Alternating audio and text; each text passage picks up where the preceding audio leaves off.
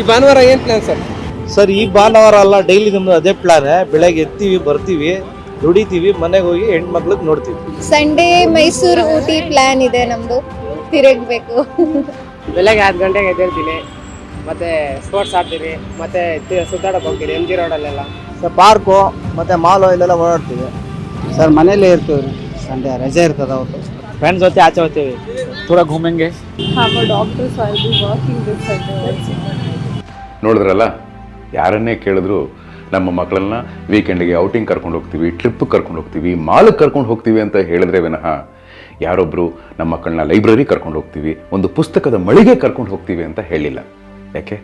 ನಿಮ್ಮ ಮಕ್ಕಳಿಗೆ ಮನರಂಜನೆ ಅಷ್ಟೇ ಮುಖ್ಯನಾ? ಜ್ಞಾನಾರ್ಜನೆ ಆಗೋದು ಬೇಡವಾ? ಅವ್ರ ಮೇಲೆ ಜ್ಞಾನದ ಬೆಳಕು ಚೆಲ್ಲೋದು ಬೇಡವಾ? ಅಂಥ ಒಂದು ಬೆಳಕು ಚೆಲ್ಲುವಂಥ ಸಂದರ್ಭ ಇದೀಗ ಒದಗಿ ಬಂದಿದೆ.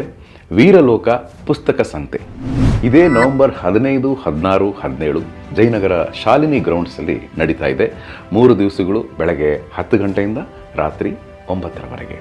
ಪುಸ್ತಕ ಸಂತೆ ಅಂದರೆ ಪುಸ್ತಕಗಳೇ ಪ್ರಮುಖ. ಜೊತೆಗೆ 1 ಲಕ್ಷ ಓದುಗರು ಬರ್ತಾ ಇದ್ದಾರೆ. 100ಕ್ಕೂ ಹೆಚ್ಚು ಪುಸ್ತಕ ಮಳಿಗೆಗಳು ಅಲ್ಲಿರುತ್ತೆ. 300ಕ್ಕೂ ಹೆಚ್ಚು ಲೇಖಕರು ಬರ್ತಾ ಇದ್ದಾರೆ.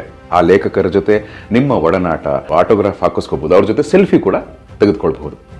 ಇದರ ಜೊತೆಗೆ ಮಕ್ಕಳಿಗೆ ಆಟ ಆಡೋದಕ್ಕೆ ಯಂತ್ರಗಳು, ಮ್ಯಾಜಿಕ್ ಶೋ, ಸಂಗೀತ ಸಂಜೆ, ಆಹಾರ ಮಳಿಗೆಗಳು, ಎಲ್ಲ ರೀತಿಯ ಮನರಂಜನೆ ಕೂಡ ನಿಮಗೆ ಅಲ್ಲಿ ಸಿಗುತ್ತೆ.